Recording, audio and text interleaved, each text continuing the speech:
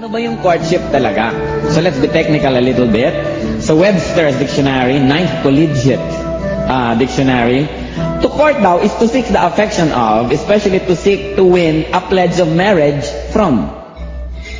Hindi lang magpa-cute, hindi lang magpa-nice, merong goal. Makuha ang loob ng isang tao upang magwakasyon sa kasalan. To engage in social activities leading to engagement and eventually marriage. But before we talk about engagement or marriage, let's talk about love. Diba? Spellan nyo nga ang love sa inyong katabi with feelings. Sige na. Spell. With feelings ba yan? Sabi tuloy na iba, ba't ba naman pinsan ko pa yung naitabi ko? Hindi pa yung nasa banda-banda doon ng konti? Love must be the basis of courtship. Dapat walang ligawan kung walang love. What are the wrong bases of courtship? Minsan, crush. Ano daw ba yung crush? Siguro naman marami sa inyo overage na para mag-crush-crush pa. Oh. But crush is an admiration, usually physical. Like, ang ganda ng buhok niya, ang ganda ng labi niya, kwarteng puso, o kung ano man yon. O kaya, ang ganda naman ng mannerism niya, pag hinahagis-hagis niya yung buhok niya, whatever it is. Or looks. Ang babaw. Pero, hindi naman invalid. It's still valid, no? Pero itinatama naman sa edad at sa okasyon yung mga crush na yan. So, courtship should not come only from just crush or from infatuation, which is just a graver case of it, meaning obsessive crush. It should not definitely result from lust. Meron nga ako narinig ngayong umaga lang, meron daw isang Kristiyano, sabi doon sa kapwa Kristiyano, ligawan mo yan kasi ang laki ng boobs. Ano ba naman yan? Ang babaw naman, no? Pero meron mga talagang nanliligaw dahil lang sa lust. Hindi dapat lust. Yung or sexual desire, yung konsepto kaya mo siya nililigawan o kaya ka nagpapaligaw. And it must not be selfish motives. Kasi gusto mo lang may tagagawa ng thesis. Oh. Dapat meron talagang magandang dahilan. And that must be love. What is love? It's so elusive. Halos lahat ng mga makata, pati scientifico, sumali na rin sa pagbigay ng kahulugan sa love. Hindi pa rin mahuli. So we can only attempt at trying to define it, but probably we can never conclusively define it. Well, love usually needs time to grow and to manifest itself, especially to differentiate itself from crush or from infatuation or from dependence. It is so easy to confuse love when you're dependent on a person. Kailangan malaman natin ano ba talaga. So, isang mahalagang test para malaman nyo kung kayo'y in love. Sino kaya dito mga in love na? Meron bang willing, ready, and able to confess? Sino mga in love na ngayon? Raise your hands. Tinitingnan kayo ng inyong kapartner kung talagang itinataas niyo ang inyong kamay o itinatatuan niyo siya sa publiko. O, di ba kukonte? Yung iba, hypocrite? Ganun ba yon? O liars? Wala naman yata dyan ang nanay niyo eh. But what is love? Una, love should be tested para malaman mo kung love talaga yon. Pag nakita nyo lang kaninang umaga dito sa lugar na ito, tapos mamaya inabutan na kayo ng I love you, kayo maniniwala, bola yon. Love needs sharing of time and space. Kailangan may test of time and test of space. Meaning, mahaba-haba na yung panahon. Diba? Nakita nyo na yung lahat ng mga uri ng panahon. Panahon na siya'y masaya, panahon na siya'y malungkot, panahon na kayo magkasama, at panahon na hindi kayo magkasama. Love lessens half-hearted passions and increases great ones. Especially yung absence in love. So absence lessens half-hearted passions and increases great ones. As the wind puts out the candle and yet stirs up the fire. Pag absent, kung talagang mahal mo, sumisidhi ang pagmamahal. Pero kung konti lang yung pagmamahal, nawawala, nalilimutan, nafe-face out ka. Di ba? Tulad din ng hangin, kung maliit ang apoy, parang kandila, pag kaya na humangin, patay ang kandila. Ganon din na ang pag-ibig, nakakaunti. Pag may absence, patay na. Pero ang malakas na apoy, pag hinanginan mo, lalong umaapoy. Ganon din yung tunay na pag-ibig. Pag wala, lalong sumisidhi. So the test of time is very important. And the test of space. Nakasama mo, hindi mo kasama and all. Love is also refined by balanced exposure. Both to positive and negative traits, desirable and undesirable, strengths and weaknesses.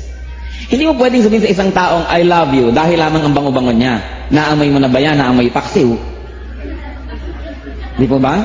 Hindi mo pwedeng sabihin na mahal kita na lagi ang ganda-ganda niya, parang tala sa umaga. Paano kung sa bukot? Nakita niyo na. Pwedeng sabihin sa isang taong, I love you, dahil lamang ang bango-bango niya. Naamoy mo na ba yan? Naamoy paksiw? Di po ba? Hindi mo pwedeng sabihin na mahal kita na lagi ang ganda-ganda niya, parang tala sa umaga. Paano kung sa bukot? Nakita niyo na ba yan? Kaya kung minsan mahalaga din yung nagkakamp, nakikita mo rin kung minsan anong itsura nito pag bagong gising. Diba? Anong itsura niya pag nabasa ng ulan? Pag nabura ang isang kilay, ito pag bagong gising. Diba? Anong itsura niya pag nabasa ng ulan? Pag nabura ang isang kilay, ba? Ano ba ito? Kaya lang sa mga camp natin, kasi hindi ko, hindi mo kasama sa isang cabin yung babae at lalaki, hindi mo alam kung pagkagabi ba walang ngipin, nakababad sa baso. O pagka nangulubot na ba yung mga nguso niya at mukhang linta ang nguso, sasabihin mo pa rin ba ang I love you? Nakasama mo na ba yung tao ng may pera at walang pera? Nakasama mo na ba siya na kalmado at ligalig? Nakasama mo na ba siyang matagumpay at bigo? Nakita mo na ba siya na masaya at malungkot? Nakita mo na nga ba siya na maayos at hindi maayos? Hanggat hindi mo siya nakikita sa lahat ng facet ng kanyang pagkatao, hindi mo ba pwedeng sabihin I love you? Because love is acceptance. Pag sinabi mong I love you, hindi lang yun I love you because. Kaya mo din dapat sabihin I love you in spite of. Yung kahit ganyan, akala ko ang ganda-ganda ng ngipin mo, yung pala plastic. Di po ba? Pag umuulan pala, nabuburang yung kilay, mahal. Oh. Kaya pala ayaw mag-swimming, mabibisto. Oh. Kaya pala laging naka-long dress, hindi naman pala conservative, puro bakokang.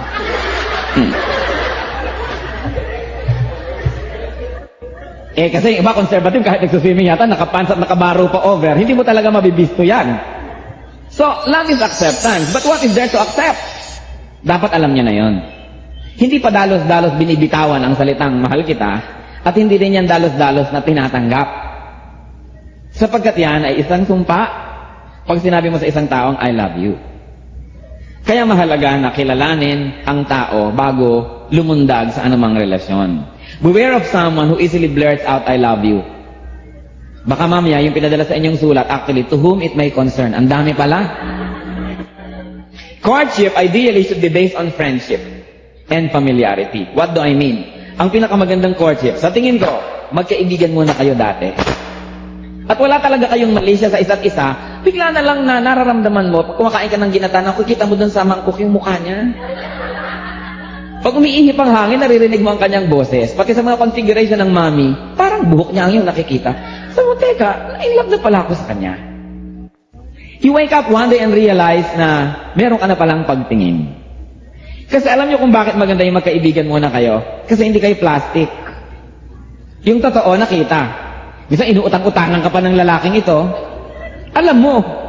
Pero kung sa umpisa pa lang yung mechanics ng relasyon ninyo, yung kanyang structure, courtship, syempre, pakyut ng pakyut si lalaki, pakyut din ng pakyut si babae. Yung pala pag naghikab, kayang lumunok ng tren. Pero syempre, pag nililigawan, pigil na pigil yan, ganyan na ganyan, hindi mo alam ang totoo. Kaya isang maganda, magkaibigan muna.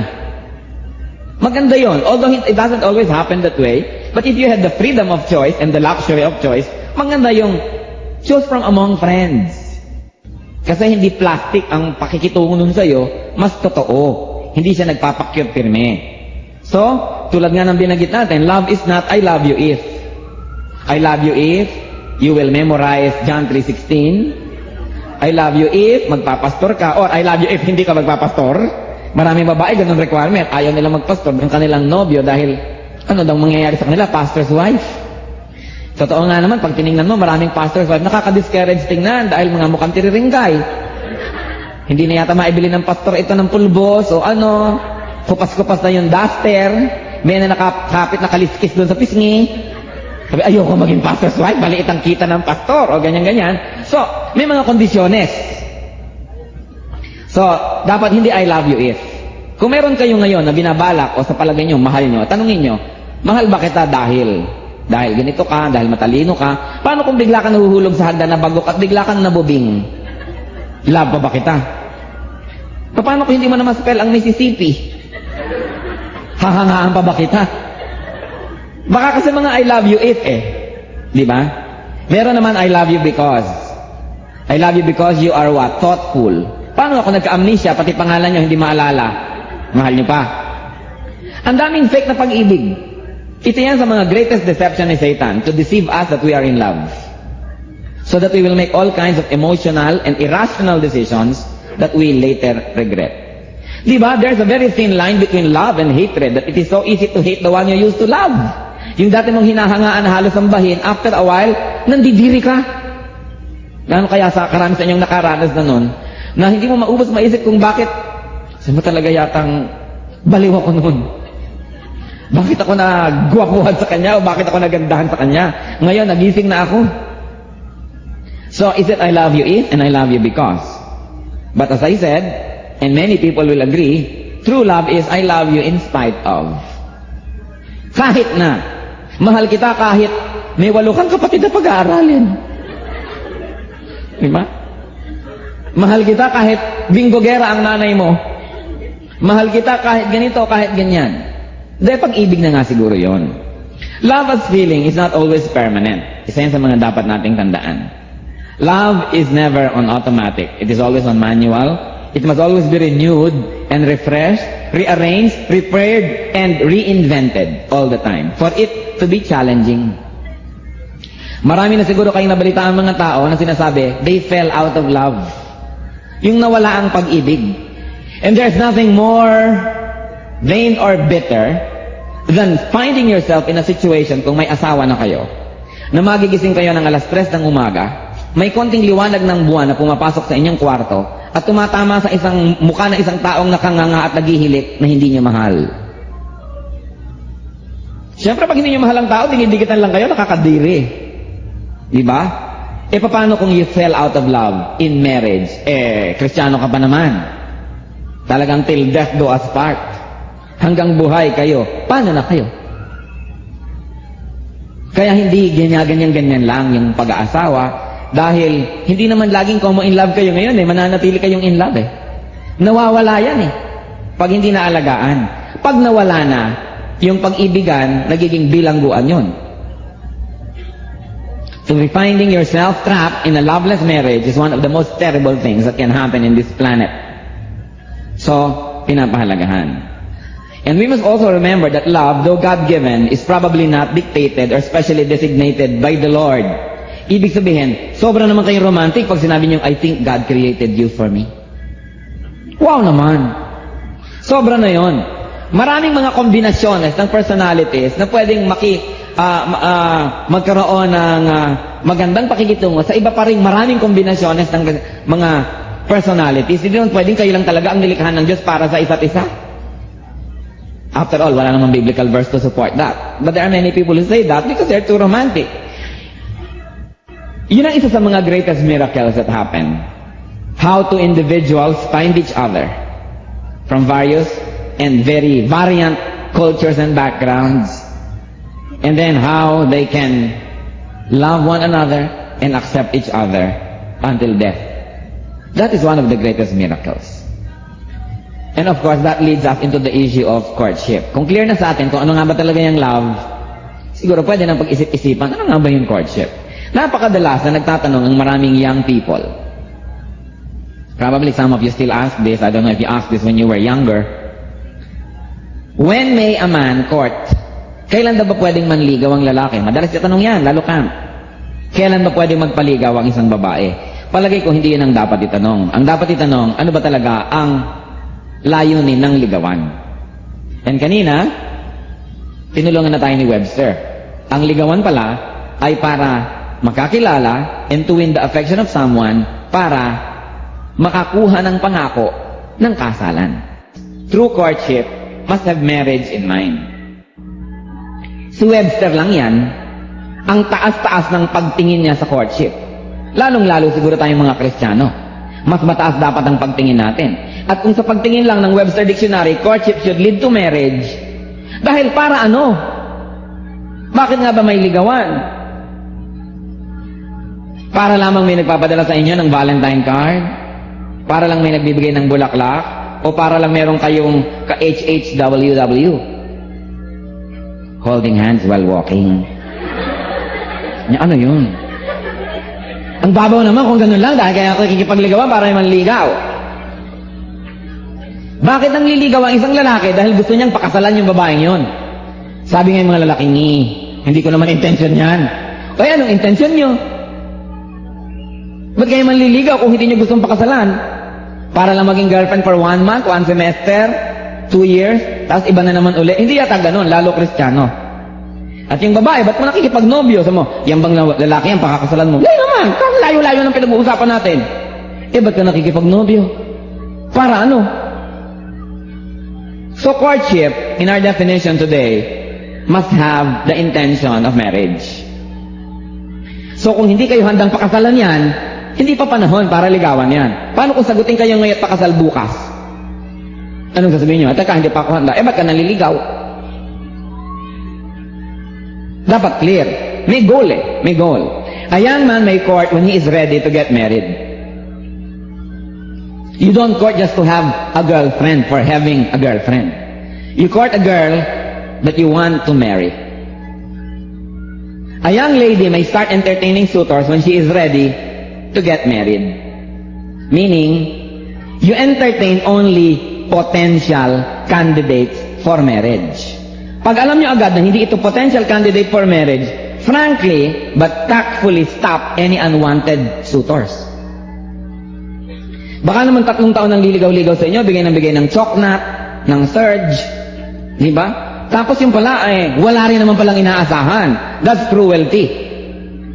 Pag babae, in-entertain nyo ang suitor, ibig sabihin, pwede nyo rin sabihin, sige, tingnan natin ang konting panahon kung mahuhulog talaga ang love ko sa'yo, pero talagang from the beginning and from day one, pwede ka naman talaga. Dapat ganon. Kasi kung hindi, bakit nyo entertainin? Entertain only qualified candidates. At mga Kristiyano, alam nyo naman siguro yung number 1 requirement noon. Dapat kapatid sa Panginoon. How can 2 people walk together when they do not agree? Pero maraming Kristiyano, alam na yon, ginagawa pa yung kabaligtaran. I tell you, I can give you a never-ending list of people I know na alam yon, nakipagsapalaran, at ngayon talaga namang nakalugmok sa kalungkutan ang mga buhay nila. Dahil susuwayin mo yung Diyos, alangan mang mas marunong ka sa Kanya. At alangan namang sumuway ka sa Diyos, at saging masaya ka. Di sumuway na tayong lahat. Nakakalungkot yon. Pero dahil in love, baliw na baliw, pati ang Diyos tinatalikuran. Ngayon, you wake up one day, nakakasal na, nakatali na, biglang disaster. Paano? Crispin, Basilio, ang daming nagiging ganun. Dahil, hindi ginamit ang espiritu ng Diyos, hindi ginamit ang utak, ang ginamit puso. Pag yung puso na yan, lagi niyong pinakinggan, kayong pinakakawawang tao sa daigdig. Dapat din naman pinakikinggan, pero hindi lagi. Kasi ipapahama kayo niyan. Yung emosyon. Kasi although emotion is God-given, Satan has distorted emotion beyond recognition. Kaya di ba sabi, let the devil take tomorrow, but tonight I need a friend. Di ba may ganung kanta? Kahit ako pumunta sa impyerno bukas, samahan mo lang ako ngayong gabi. Anong klaseng mentality yun? So, kailangan, alam natin, potential candidate. When is that? When you are physically, mentally, socially, spiritually, emotionally, and financially able to marry. Pag-aasawa kayo, nasitita na nyo sa nanay nyo. May problema yan. Alam nyo, problema yon kasi ang bawat bahay may reyna. Hindi pwedeng 2 babae ang reyna dyan kasi iisa ang trono.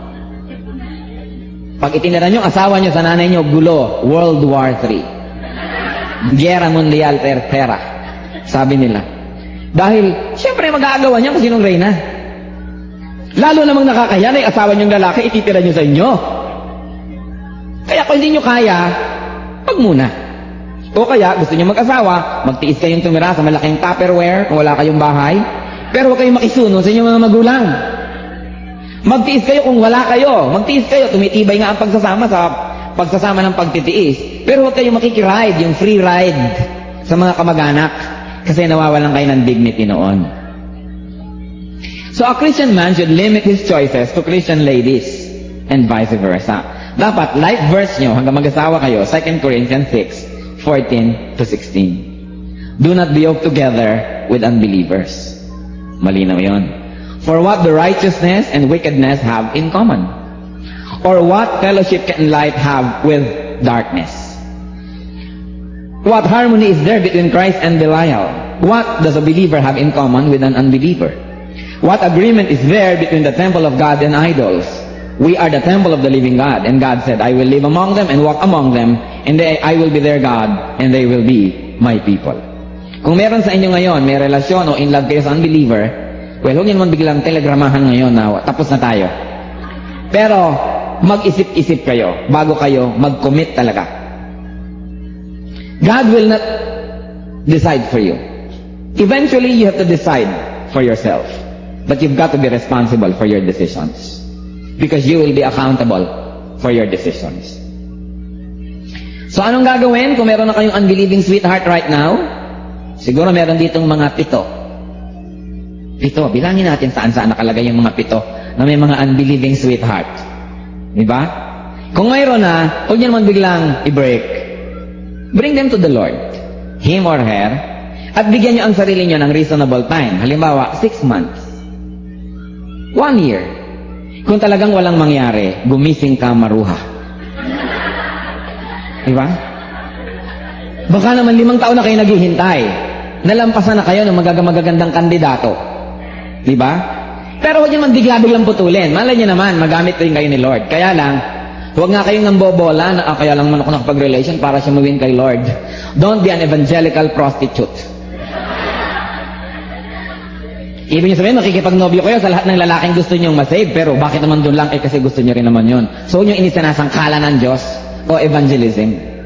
At walang nangyayaring ganon. Meron nga, inuutupan nila yung babae o lalaki. Kunwari, sasama-sama pa nga sa fellowship, pero pag pinakasalan na, kaladkad na naman sa prosesyon. I know, many cases. Inutok ng lalaki ang babae dahil sinabi agad ng babae, pag hindi ka na-save, wala na tayo. Pag hindi ka naging Christian, yung lalaki, gusto niya talaga yung babae, pinadama. Kataas-taas ng kamay pag nagpe-praising. Ang lakas-lakas mag-hallelujah. Pagkakasal na pagkakasal.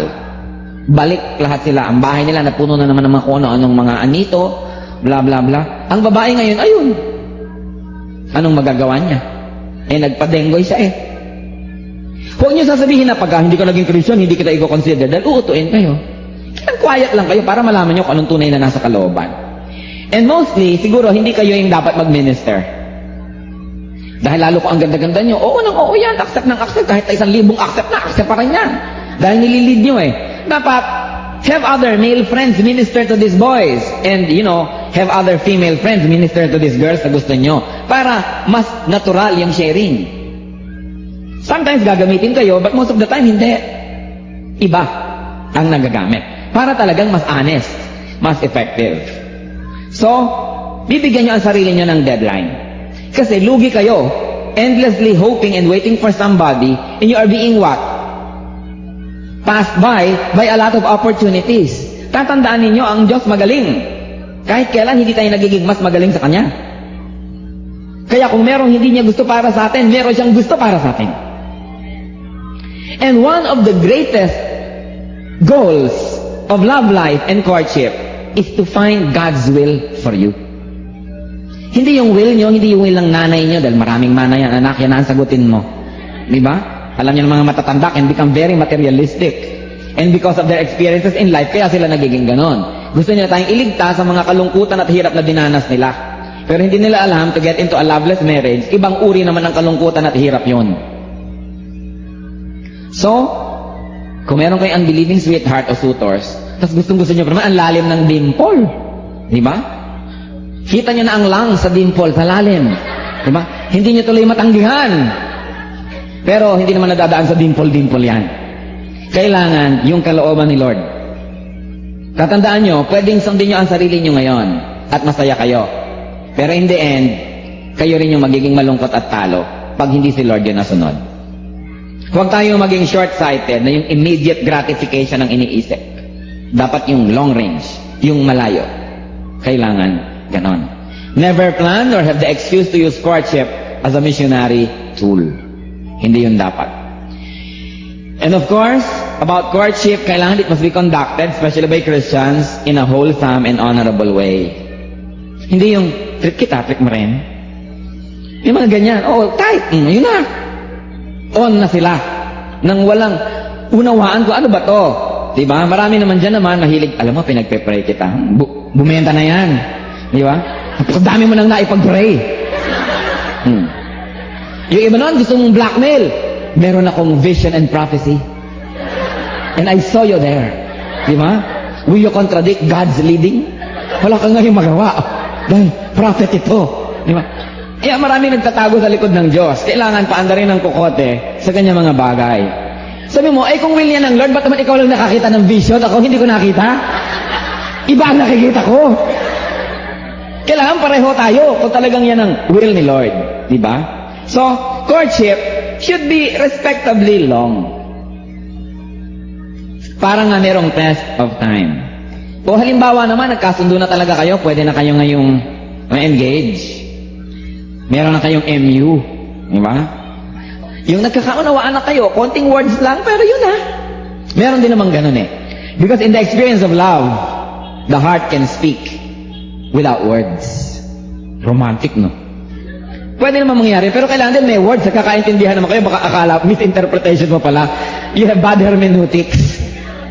Akala mo yun ang ibig sabihin.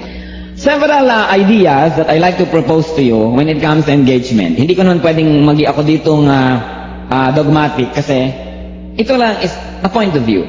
Dapat family and church should know. Para honorable. Wala dapat mga secret liaisons. Hindi pwede yung mga secret, lalo secret married. Ano yan? The very purpose of marriage is to make a public announcement that you have become exclusive to each other. Ang suggestion ko sa mga pastor, meron kayong logbook, registry ng mga magnobyo. Kung honorable yan, ba't hindi irehistro? I-announce. Ipapanalangin po natin ang dalawang ito sapagkat sila'y nag-iibigan at may balak magpakasal. Dapat ganon. Para yung mga iba na mga no parking, huwag na mag-park. Para may kaayusan. Dapat may kaayusan. Di po ba? Kung ikahihiyan nyo yun, huwag nyong gawin. Huwag kayong gagawa ng kinakahiyan nyo. Hindi pala honorable eh. Ba't nyo gagawin? Dapat in light, in darkness, twilight, or morning, or afternoon, ang ginagawa nyo, ginagawa nyo. If Jesus walked into the room, you will not doubt what you're doing. Ibig sabihin, what you're doing is honorable. Kailangan pinapakilala sa church. May balak po sila magpakasal 2 years from now, idadalangin natin sa kanila. Silang dalawa. Alam ng lahat. Para merong kaayusan. Alam nyo, pag hindi kayo nag-ingat at lahat na lang na maganda ang dimple o maganda ang puyo, magiging nobyo at nobya nyo, sa kakontian ng Kristiyano, bago kayo mapakasal, naging nobyo nyo lahat ng lalaki sa church nyo. Di ba ganyan naman mga Kristiyano? Tuwing magka-camp, exchange basket. Tapos isang retreat, exchange basket. Nakakatatlo, 4 na nobyo ka. Yun pa naman na magiging mga abay din. Dahil kayo-kayo lang yan, local church di ba? Habang buhay, nagkikita-kita kayo. Di, kailangan honorable. Kailangan honorable yung relasyon. Kasi, kahit na naging nobyo mo ito, hindi kayo nagkatuluyan, pagdating ng panahon, magkakasama kayo sa choir, magkakasama kayo sa Sunday school, wala kang sukat na yung bahala. Kaya dapat honorable. Churches, it's good for churches to have registries of this. Tapos, nag-a-assign ka dapat ng mga senior couples na advisor ng magnobyo. Para pag nakakagalit, nagtatampuhan, meron silang sinusumbungan, sinasabihan na Kristiyano rin. Minsan mga kaibigan niya lang sa opisina, alam mo, ginanito niya ako, gantihan mo, magsini tayo. Ayan. Yung mga ipapayo sa inyo kung ano-anong mga kabalbalan. Kaya kailangan meron kang mga tagapayo na church people din, mga couples din. It's nice. I suggest mga pastors, oppress your members. Gawin nyo ito. Diba? Gawin yung Gestapo ang inyong pamamahala, nakalista-lista dyan. Alam nyo ang mga single people ngayon, mga young people, pagka hindi nyo kinaden at tinalian, sa loob ng church, kutakot-takot na iskandalo at kabalbalan ng nangyayari sa loob ng church. Di bali na sana kung nangyayari sa labas yung pangarin hindi dapat, pero mas mauunawaan mo na. Ako ngayon, I have a policy in the church. Ayoko nang magkakasal ng mga buntis. Kung buntis na kayo, doon kayo sa City Hall. Hindi kami kasali nung ginagawa nyo yan, pagkatapos ganyan, bigla nyo kaming idadamay. Di ba? Bahala kayo sa buhay nyo. Pagkabuntis kayo, diyan kayo sa mga huwes-huwes dyan. Dapat din deterrent kasi we are sending wrong signals. We are sending wrong signals. The church should go back na maging strict. Kasi siguro para dumami na lang ang member, o sige, pwede na rin yan. And the church will lose her saltiness. Nagkaroon ko ng mga pagkakamaling ganyan. Nung araw may mga ikinasal ako na alam ko ng mga 2 months, 3 months, pero nalaman ko disastrous din ang mga ending. Sabi ko kasi, nagkamali na, nagrepent na, paano ba yan, ikasal na. Pero ngayon, sige, bago kayo gumawa niyan, isipin ninyo, hindi kayo ikakasal sa church, you will not have an honorable kasalan. Buntot nyo, dihilahin nyo. And then, of course, also on the engagement, social activity should be wholesome and honorable. Mga magnobyo, you should avoid being alone too often and too long. Avoid very private places and situation. Dapat nga, pag magkatabi kayo, merong mesa sa gitna eh. Dahil ang dali-dali naman na maging isang anino ang dalawang tao. Akala mo isa, ay dalawa sila, ba't yung isang anino?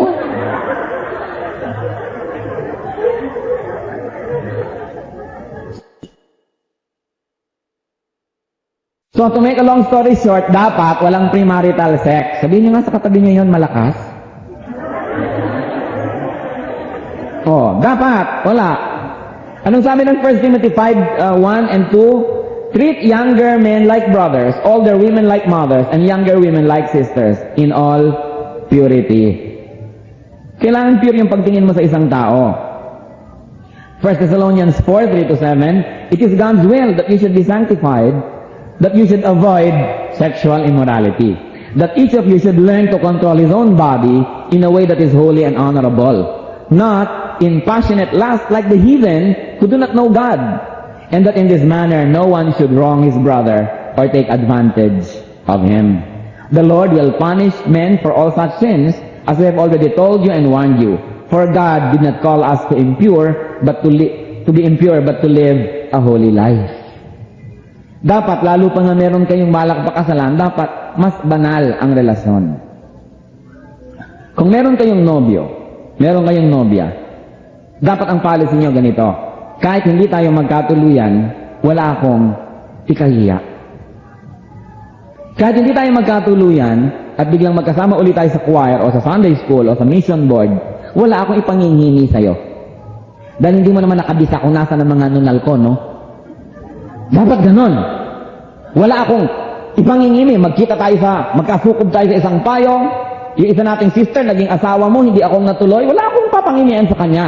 Makakaharap ako sa tao at sa Diyos nang walang pangingini. Dahil, nandun lang tayo sa tama. Kaya dapat yun, sex is beautiful, sex is wonderful, otherwise, i-invento ba yan ng Diyos? But the point is, meron siyang tamang lugar. Outside of it, corny yun. Outside of it, oppressive yun. Gano'ng karaming babae ang pupunta sa akin, magpapakasal dahil buntis. Meron nga, willing pa. Kinausap ko ang lalaki dahil meron akong discernment sa kanya. Magpapakasal sila. Buntis ang babae. Kung hindi ba siya buntis, papakasalan mo. Hindi makasagot ang lalaki, ibig sabihin hindi. Sagutin mo, kung hindi ba buntis yan, hindi pa ho siguro or hindi siguro. Ba't mo papakasalan? Kasi ho, kawawa naman. Bakit mo ginanon? Naawa ka pala. But the point is, sabi ko, hindi ko kayo pwedeng ikasal. Kasi wala naman kayong love. Nagkamali na nga kayo. A greater mistake is, mapakasal siya sa'yo, tapos pagkakasal, para lang huwag siyang mapahiya, pinakasalan mo. Tapos, makikisama ka sa iba, may iba kang babae. Paano siya, kung dumating yung point na meron talagang mahal siya at minahal siya, hindi na siya malaya. Hindi naman talaga honorable maging dalagang ina, pero mas miserable naman siguro yung may asawa ka nga, pero hindi ka naman mahal, at na-inlove ka sa iba, at may mahal sa'yo, nagmamahal sa'yo, hindi ka na pwede dahil kasal ka na. Sabi ko, I cannot. Kung gusto niyo, pakasal kayo sa iba, pero ayoko kayong ikasal. Kasi magiging, prison lang yung kasalan. Hindi naman natin kako maitatama yung ginawa niyo immoral act nun by going through the act of marriage now eh. Mali na yun na yun. Hindi mo naman pwedeng ituwid ang isang mali, ang isang pagkakamali. Dumami yung mali. So, ganun nga ang nangyari. Hindi sila nagpakasal. At ngayon, talaga namang iniwan na talaga siya ng lalaki.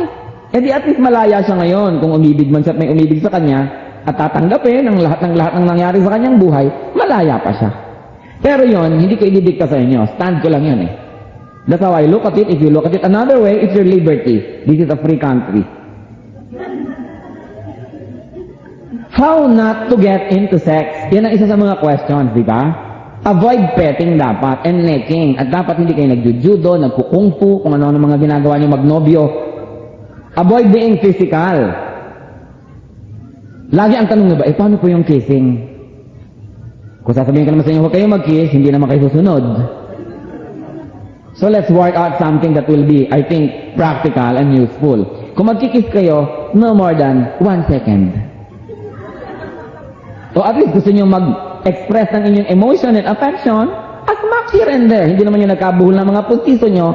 Kailangan nyo pa ng orthodontist para kayo paghiwalayin. Nakakahiya. Nangyayari yun. Baka akala nyo, lalo yung may mga brace. Hindi magkahiwalay. Dumadating pa sa dentista, dinadala ng iba, nag-ganon. O diba, kahiya-hiya naman yata. Ikakahiya nyo na makita kayo ganun ng publiko, di yung gawin.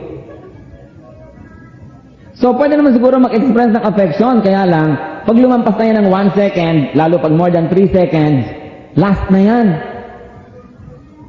You can never differentiate anymore between affection and lust, especially when the pituitary glands get involved. Kung Freudian ang takbo ng utak nyo, sisitihin nyo yung pituitary gland, hindi ang inyong sarili, which is of course irresponsible. But the point is, why put yourself in a situation where your glands might take over? Di dapat, huwag yung ilagay ang sarili doon.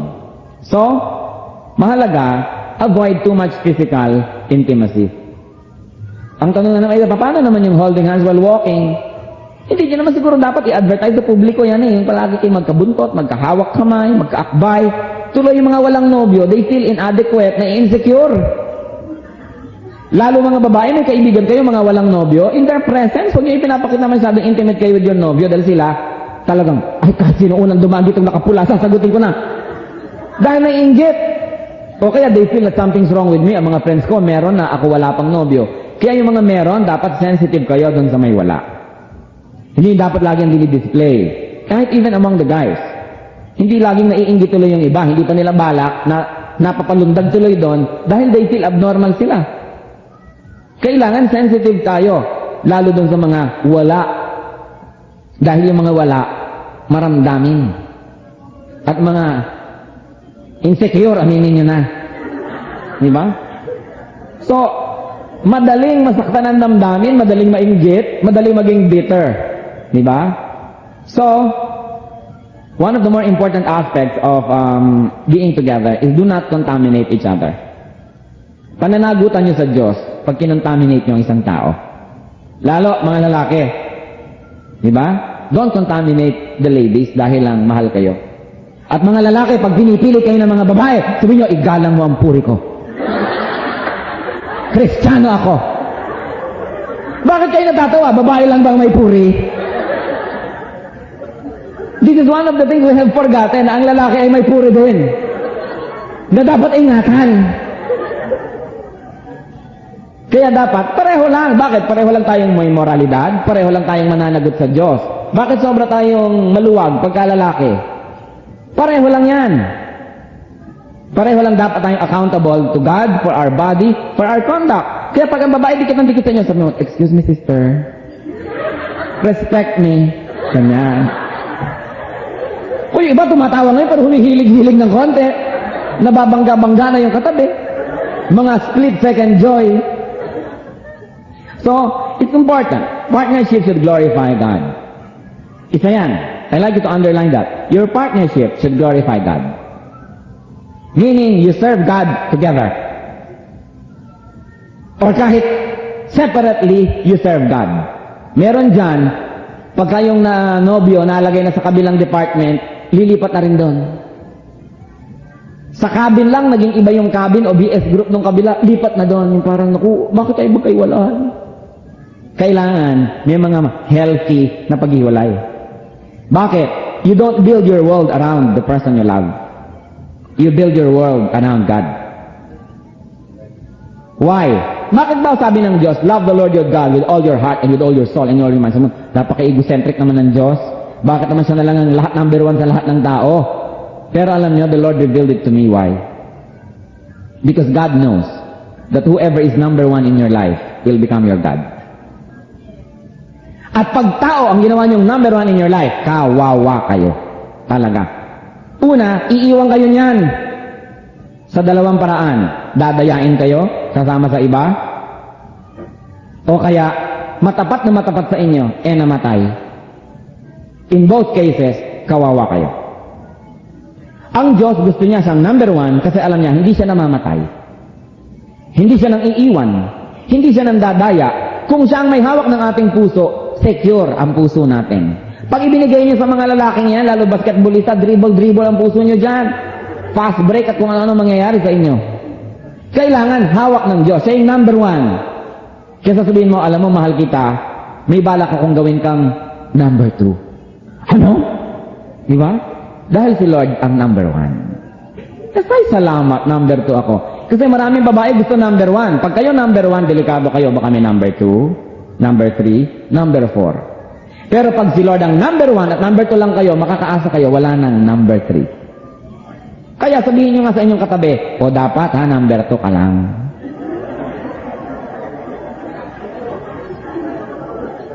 Naku, yung iba na pasimangot pa, gusto pa talaga number one. Tama na tayo sa number two. God is number one. Diba? Mahalaga yon. So you serve God. And don't let your partnership take you away from the ministry. Meron nagliligawan ang sipag sa ministry na nagnobyo na wala na, naglaho, hindi mo na makita. Diba? Dapat, lalo kayo nagiging committed to the Lord. Pagka kayo naging magnobyo, hindi nagiging kayong committed. Committed ang utak, committed ang daigdig, nawala sa service, sila na lang ang naging tao sa daigdig. Kung magsubuan ng saging at ng sandwich, akala mo sila lang ang tao sa zoo. Ang dami-dami, hindi nahihiya, hindi kilabutan sa kanilang mga arte, na parang sila lang ang tao sa planeta. You should be considerate. Di ba? Lalo meron kayong mga kaibigan na talaga namang hindi pa nabibili. Di ba? Yung talagang, ayan, nandyan pa. Kailangan sensitive kayo doon. And the partnership should bring each other closer to God, not farther. Kaya pagka merong proposal na activity ang inyong sweetheart, niya, teka, will that make us grow closer to the Lord? O baka, teka, palayo yata tayong dalawa. Dapat yata itigil yan. Marami siyempre ethical issues na dapat isipin sa marriage, at saka lalong-lalo sa courtship, at saka dun sa engagement. Unang-una, for the men, of course, men must be gentle and considerate. Yung mga old-fashioned values, mahalaga yon, yung fetch and take girls home. Hindi nakikita nila kayo sa mga sulok-sulok, makikita nila kayo sa Jollibee, sa mga gilid-gilid, di ba? Nung nililigawan, sinusundo, nung naging girlfriend, para practical, doon na tayo magkita. Bigla naging practical. So, kailangan, mahalaga yon yung ethics na yan. Lalong-lalo, nandyan ang mga magulang, papahalagahan natin sila. At, isang ethics, sisters and brothers, no parking sa mga meron ng sweethearts. Isang ito, paano? Gustong-gusto ko siya. Maghintay kayo. Pero hindi mo ipanalangin magkagalit. Maghintay lang kayo in a neutral way. Di ba? Pero pwede naman siguro kayo magparamdam kahit konti lang na, just in case I'm here. You know, without verbalizing it. I will not tell you how. Pero dapat kaya niyong i-put across yun. Pero be ethical. Huwag kayong sumisingit. Kasi, lalo kapatiran pa natin yan. So men do not treat other men like mga karibal. Don't forget ang sabi kay Timothy, treat every younger man as a brother. Kahit older men, brother. Yung brother kita, pareho tayo naliligawan, pero brother pa rin kita, hindi ibig sabihin magkaribal na tayo, magkalaban na tayo. Ganon din yung mga girls. Sweet na mga friends, nung iisa na yung lalaki na pareho nagustuhan, magkalaban na. Hindi dapat ganon. The Lord must have a way of putting everything in order kung tayo lang magiging submissive sa kanyang mga pamamaraan. Do not let romantic interest turn you into competitors of the brethren. Hindi dapat yun, unethical yun. Sa mga ladies, do not accept any attention that you cannot and will not reciprocate. At huwag kayong mahilig magpalibre. Diba? Kung nililigawan lang kayo, hindi kayo tungkulin na pakanin. Yung iba naman, libre na, pwede ko bang isama yung 3 kong friends? Dadagdagan pa na magagastusin yung... Siyempre, yung lalaki naman, pakitang gilas, yes, okay, pero sa loob gusto kang suntukin nun. Kapal naman ito. Sa loob-loob, kaya lang, siyempre, nanliligaw, nakangiti. Diba? Huwag kayo nagkakaladkad ng mga lilibrihin. You know what, ladies? It cheapens you. Sige, 3 banana kayo lang pala, masaya na to. Ganun lang pala ang price tag nito. Huwag magsasama ng mga ipinaglililibre. And remember ladies, respect the men's privacy. Pagka tinanggihan ninyo, jilted, busted, huwag nyo naman ilagay sa bulletin board ng church nyo. Huwag nyo namang ipamalita, si ganun, ay nabasted ko yan. Igalang nyo naman yung kanyang self-respect. Di ba? Tinanggihan nyo na nga, huwag nyo nang yurakan ng dangal. Quiet na lang kayo. Kasi pag alam ba, lalaki ako, nanligaw ako sa'yo, ito social contract na ipinagkakatiwala ko naman sa'yo, yung kaloob-looban ng puso ko. Kung ayaw mong tanggapin, huwag mo nang ikalat-kalat kung saan-saan. Ibalik mo na lang sa akin ang buo, thank you. Yung mga iba kasi talagang ipinapamalita pa nila yan, dapat hindi ganon. Respect the suitor's privacy, especially if you reject them. And of course, dapat honest sa relationship. So, maraming mga paradigm shift sa society. Pero ang Kristiyano dapat, tayo ang nagpapauso, hindi tayo ang nakikiuso. May pinauso yung isang kanta, yung gusto ko siya na maginoo pero medyo bastos. Bakit mo gusto ang bastos? Dahil marami daw babae natutuwa pag sila'y binabastos, masaya. Dapat ang mga Kristiyano walang ganon. May tendency ha. Even Christian girls na na-attract doon sa medyo bastos. Yung medyo rough, medyo pakanto-kanto boy dyan. Merong na-attract sa ganon eh. Mga Christians naman, dapat yung values natin, alam natin kung ano yung tama. Hindi tayo dapat makiuso sa sanlibutan. Tayo dapat ang mag-set ng uso. Ngayon, admittedly, hindi natin napapauso yung tama eh. Hindi tayo ganun ka-powerful sa society ng pag-set ng uso. Pero at least, the least we can do, huwag makiuso sa sanlibutan. Dapat meron tayong distinct identity. So, what about notes on life before marriage? Unang-una, life before marriage must be enjoyed.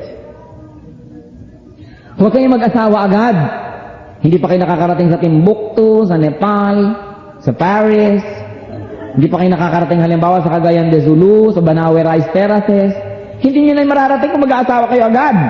Bihirang mangyari yun. Kaya, enjoy life. No reason to hurry up. Hindi katulad nung araw na tribal society. Marami ngayong bagay na dapat gawin, maraming na-invento ang sibilisasyon na maganda rin naman. Na makita, ma-enjoy ng buhay bago mag-asawa. Huwag apurahin yan. Ngayon, huwag naman masyadong huli. Di ba? Siyempre, yung maganda-gandang kutis yun na parang ubas, pagdating ng araw, magiging pasas yan. Pag prunes na kayo, baka wala nang may gusto dyan. Huwag naman masyadong huli. Pero huwag naman masyadong una, nabubot na bubot pa, may asawa na. Dapat tama lamang yung panahon. No need to marry so early. And there's no need to have a sweetheart so soon. Alam nyo, yung may sweetheart advantage. May nag-aabot sa inyo ng pineapple juice. Paminsan-minsan, may pumupuna sa inyong pawis. Pagbasa kayo ng basa, hindi nyo napapansin. Pero may disadvantage din yan eh. Nababakuran kayo. Tatandaan nyo ito. O siguro, ipagpalagay na lang that there are 16 million Filipinos now. Ipagpalagay na lang. Let's say kalahati nun lalaki, 30 million. No? Let's say kalahati nun ng mga lalaki yun, 1/3 nun may asawa na, 10 million. So may 20 million pa kayong choices, babae. Sa bawat isang lalaki na bibigyan nyo ng oo, you turn your back on what? 29,999,000 other men. Baka lugi kayo. Di ba? Ganon din yung mga lalaki. Pag isinangla nyo na yung puso nyo sa isang babae, you have to turn your back on at least 20 million other choices. Eh, hindi pa napag-uusapan ng United Nations. Di ba? Ibig sabihin, babae, kasama kita ngayon. Ibig sabihin, dinedeprive ko ang 20 million women of this country of my presence. Di ba? Tiyakin ninyo na hindi nyo sinasayang yung presence nyo na yon. Pag masyado kayong maagang may relasyon, nababakuran kayo agad, you deprive yourself of choice. Alam nyo naman, sasabihin nyo, you are the brightest star in the sky because you're the only one shining. Eh, kaya naman pala itong gusto nyo na to, wala naman kayo nakitang iba. Ang masaklap sa lahat, kung asawa nyo na to, at nakakita kayo ng iba, na talagang yun pala naman, ang lukso ng inyong dugo, at lukso ng inyong puso, paano kayo ngayon? Hindi rin dapat ang aga-aga niyan. So no need to have a sweetheart so soon, and you should not be also very late. Enjoy your freedom as long as you can. Sabi ng Ecclesiastes 3:1, for everything there is a season, and a time for every matter under heaven. Kailangan ang pagsasama ninyo before marriage o ang oras nyo before marriage must be constructive to the marriage that may come. Lahat ng ginagawa ninyo bago kayo magkaroon ng asawa, preparasyon din yan kung magkakaroon kayo ng asawa. Meaning, you don't get yourself so heavily damaged to the point na pag nagkaasawa kayo, ang nakuha na niya, ruins. Maganda lang ang ruins sa Europe at sa Egypt. Pero sa tao, hindi maganda yung ruins. Kailangan, fresh pa rin kayo. Sabi mo, oo nga, 37 years old na ako, pero fresh pa ako, ha? Dapat ganun, hindi yung tayo'y gutay-gutay na at gulag-gulanit at warak-warak na ampuri. Ano pa ang ibibigay mo dito sa mapapangasawa mo? And remember, I don't only mean the ladies. Men, may puri din. Kaya kailangan din yun. Sasabihin ng babae, anong mga isa sa mga pinakamaganda mong regalo sa akin? Ang aking dangal. O, di ba? Ang aking kalinisan. Dapat yon, kasi morality works both ways, hindi lang pambabae yan. So, before marriage, we must glorify the Lord. And there's one thing I'd like you to remember, everyone. There is life before marriage. Live it. There is life during marriage. Live it to the full. There is also life after marriage. Kahit pa kayo mabalo. And there is also life even though there is no marriage at all. Because Jesus is life. And Jesus can be had in whatever civil status you are in. Marry only for love. Because love can help you accept many things that otherwise you will detest if there is no love. God is the author of love. Love is a gift. But like most gifts, Satan distorts love, romance, and intimate relations. Do not give Satan an inch in your love life. Do not give Satan a space in the absence of a love life. Kasi pareho yan. Meron kang love life at wala si Satan nang gugulo yan. Pareho lang. Those who have sweet hearts, commit to purity. Covenant with each other. Make it honorable. Let the parents, let the church, let the barangay know about it. Diba? Adopt a senior couple to be your counselor, to pray for you. And those do not have, do not be obsessed. Mag-quiet time kayo. Magbasa ng Biblia. Maraming pwedeng gawin sa mundo. And those that have homosexual tendencies, huwag kayong mag-aasawa hanggang hindi kayo tiyak dahil dumadami ang mga problema at komplikasyon. Abstain. It is difficult na meron pa tayong idadamay dahil meron tayong problema sa ating identity. Dapat, hindi ginagawa yung marriage na cheap, na ginagawa lang cover up. Di ba? Kailangan, nagkaasawa kayo, dahil in love talaga kayo. Do not marry for show. And definitely, do not marry for therapy. Kasi hindi naman nakaka-therapy yan eh. Nakaka-traumatize pa nga yan. So, if you're thinking you'll get therapeutic treatment, you might end up worse. At yung blessed singleness, bagay lang yan kay Paul. Bayaan niyo siya. Generally, you know that the Lord designed us, physically, emotionally, to have a partner. I will advise you, while you can, go marry. For having lost but once your prime, you may forever tarry. Sabi ng tula. Merong tula ng high school literature, ang sabi, to the virgins to make much of time. Natatandaan niyo yun? Absent kayong lahat nung itinuro yun. Sinasabi doon, gather your rosebuds while you may. Old time is still a-flying. And the same flower that smiles today, tomorrow will be dying. In other words, habang pwede, I will advise you. Mas mabuti palagay ko sa buhay ng tao ang may asawa kaysa wala. Mangilan-ngilan, 1 in a million, meron siguro talagang tinatawag sa sinasabi nilang single blessedness. Pero, pakonsuelo de bobo lang yan eh. Bihirang-bihira talaga yung totoong called to it. Dahil yung mga ganon, gusto rin nun, may nag-aabot-abot din ng kape, may huhuli-huli ng kuto nila habang sila nagpapahinga. Masarap naman siyempre may problema kami, nasasabihan, nahihingahan ng sama ng loob, nasusumbong-sumbungan, di ba? Nabubulyaw-bulyawan kung minsan mainit ang iyong ulo at alam mo naman yun ay ganun lang, hindi naman totoo, may napaglalambing-lambingan. Ganun naman ang gawa sa atin ng Diyos eh. Siya na nga ang may sabi, it's not good for man to be alone. Ngayon, kung talagang walang choice, kasi nandiyan na tayo sa sitwasyon na yon, sa kanya na lang hanapin yung blessedness. Ang corny naman ng pastor na nanliligaw, kung mabasted ka, mas corny. Kaya mga gusto magpastor dyan, bago kayo magpastor, may girlfriend na kayo dapat. Kasi ang corny ng pastor nahahabol-habol, ligaw-ligaw. Corny talagang tingnan. Ito na busted ka pa, lalo nakakahiya, member mo pa naman yon.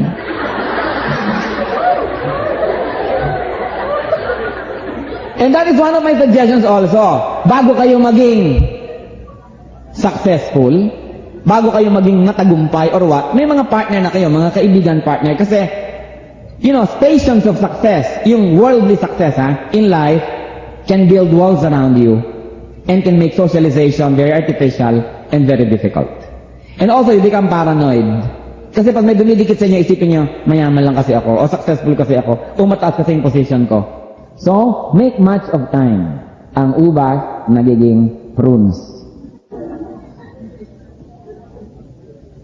I don't want to disconcert and to disturb yung may mga sinasabi dyan ng mga single blessedness.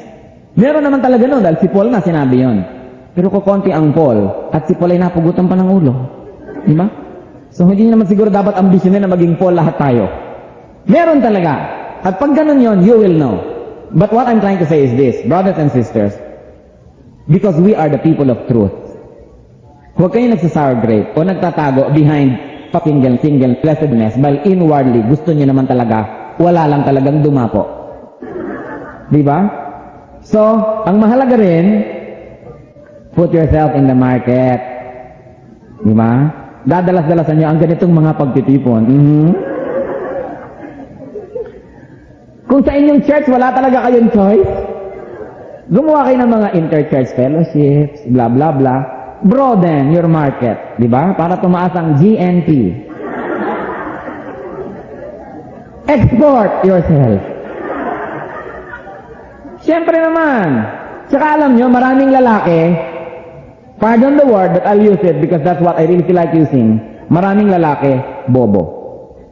Ang gusto nila yung mga haliparot. Diba yung mga social butterflies, hindi napapansin yung ang huhusay na babae dahil tahimik. Gusto yung pag humalakhak, dinig hanggang mabalakat. Lumalakad ang buhok, humahampas sa mukha ng lahat ng tao. Men are attracted to loud girls. Yung mga ang neckline ay hanggang pusod. Ang mga slit hanggang kilikili. Maganda lang yung tingnan, pero hindi magandang asawa. Kahit sa church namin, sinasabi ko sa guys, kayo marunong tumingin. Ayan ang magagandang choices. Para kasing manang. Gusto ko kayong manang look. Diba? Pasigla-siglahin nyo naman yung dating ninyo kasi yung mga taong makikita kayo, naantok na. Kailangan masigla, lively, vibrant. Diba? Kasi, ganun eh. So, dapat i-market ang sarili. Hindi ko naman sinabi na maging haliparot kayo, diba? Dahil hindi tama yon. Pero, lagyan nyo naman ng kulay, vibrant, yung personality. Hindi naman yung magbibihis kayo, mukhang madre. Baka kayo madasalan. Alam niyo naman yung mga matintimang birin, hinahangaan, pero hindi nililigawan. Hanggang hangaan na lang kayo. Di ba? So, dapat mag-determine din kayo, ano ba gusto ko, nasa pedestal na tinitingala? O kapantay ng iba, pero masaya. Ano ba talaga? Without compromising your morality. Ang gusto kong reminder sa mga guys, tingnan ninyo yung hindi tinitingnan ng lahat. Kasi maraming hindi nakikita na ang gagandang choices. Ang tingnan niyo yung pagkatao. Di ba? Yung personalidad. Yung kalooban. Yung kalooban, mahalaga yun eh. Yun ang hindi kayang igupo ng panahon. Alam niyo, physical beauty is very attractive. But after a while, nature will take its course and gravity will do its work. To the point that everything will fall to the ground. Pagka ganon, pantay-pantay na rin lahat yan. Make sure that 30 years, 40 years after your marriage, you become more and more thankful for your choice. Ano nga ang sabi ng kanta? Maging si Balagta, sabi niya, ang paglililoy nasa kagandahan. Huwag tayong masyadong mabaliw sa kagandahang panlabas. But women, talaga namang mahalaga rin yung kagandahang panglabas. How deep can you get? Sasabihin ng iba, beauty is only skin deep. Sour grape lang yan ang hindi magaganda. Diba? But the point is, ano pa ba naman, gaano kalalim ang gusto niyong beauty? Yung sabi niyo, you have very attractive pancreas. Gaano pa ba naman kalalim ang beauty? Talaga naman skin deep lang yun eh. Ang mahalaga sa loob, may espiritu pa rin at may katotohanan. Pero hindi ko mamalalim kayo at may espiritu, yung skin deep ay kinakalimutan. Kasama yon sa buong packaging. Hindi po ba? Because God is a God of beauty. And every girl is beautiful. Kung mahahanap lang niya yung tama dapat gupit niya, di ba?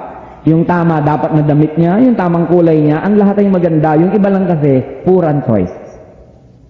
Hindi tuloy nagniningning yung God-given beauty. But beauty is part of it. Grooming is part of it.